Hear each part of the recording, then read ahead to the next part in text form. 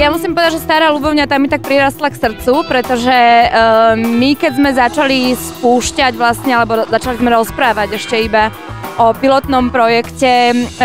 na e-pay karty, tak jedno z prvých miest, ktoré sa nám dobrovoľne prihlásilo do tohto pilotného projektu, bola Stará Ľubovňa, z čoho ja sa teda veľmi teším, lebo za tým je kus odvahy všetkých, ktorí sa vlastne dobrovoľne prihlásili do takéhoto pilotného projektu. Takže aj prostredníctvom tých e-pay kariet im chceme urobiť život,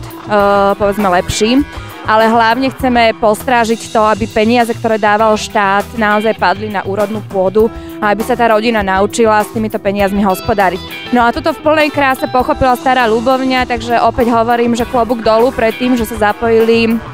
dobrovoľne do tohto projektu. A ja pevne verím, že aj keď to my asi nestihneme do tých volieb zrealizovať, že tí, čo prídu po nás, neustúpia od projektu e-pay kariet. Osobne si myslím, že jedným z najväčších problémov Starej Ľubovne a vôbec celého regiónu Spiša je problematika sociálne vylúčených spoločenstiev, respektíve rómska problematika,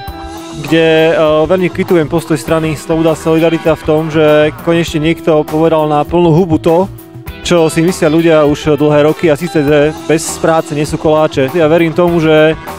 keď skončí štrajk Gorila, tak ďalším štrajkom, ktorý reálne nastane na Slovensku, bude štrajk za zrušenie dávok hmotnej núdzi. Dnes sme boli v domove svätej Anny, v zariadení, ktoré je riadené s veľkým srdcom a kde sme mohli vidieť práve to, že samotné matky, ktoré majú postihnuté deti zdravotne, mentálne, nedokážu si zarobiť na svoje živobytie a napriek tomu dávame ľuďom, ktorí tie peniaze zneužívajú,